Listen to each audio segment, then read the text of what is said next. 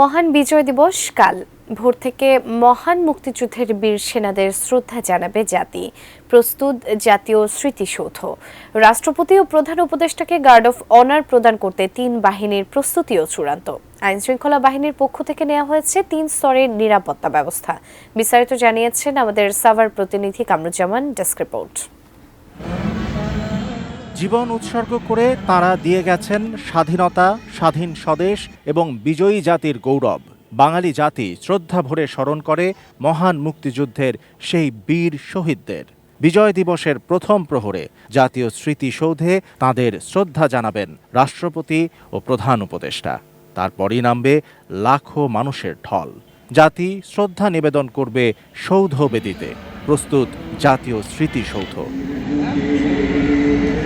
জাতীয় স্মৃতিসৌধকে সাজানো হয়েছে বর্ণিল সাজে। ধোয়া মোছা ও রং তুলির আঁচড়ও শেষ। সমুজ্জ্বল শ্রদ্ধার সৌধচূড়া। বিজয় দিবসের উপলক্ষে ইট, বালু, সিমেন্টের কাজ করিতেছি, এখানে ধোয়া মোছার কাজ করিতেছি। দীর্ঘদিন রং তুলির কাজ করে সাজাইতেছি। সর্বস্তরের জনগণ এখানে পুষ্পস্তবক অর্পণ করবেন শহীদ বীর মুক্তিযোদ্ধাদের প্রতি। আমাদের সম্পূর্ণ স্মৃতিসৌধ সম্পূর্ণরূপে প্রস্তুত রয়েছে। দেশি পাকা টমেটো আর সিক্রেট রেসিপির কম্বিনেশনে তৈরি প্রাউন সসের বস।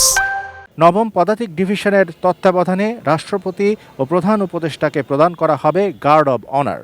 সম্পন্ন হয়েছে 3 বাহিনীর মহড়া। স্মৃতিসৌধের ভেতরে ও বাইরে নেওয়া হয়েছে কয়েক স্তরের নিরাপত্তা ব্যবস্থা।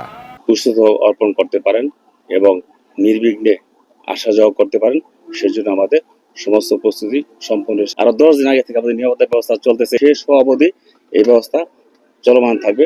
মহান মুক্তিযুদ্ধের সকল শহীদ, বীর সেনানী ও সংগঠকদের প্রতি আমাদের বিনম্র শ্রদ্ধা।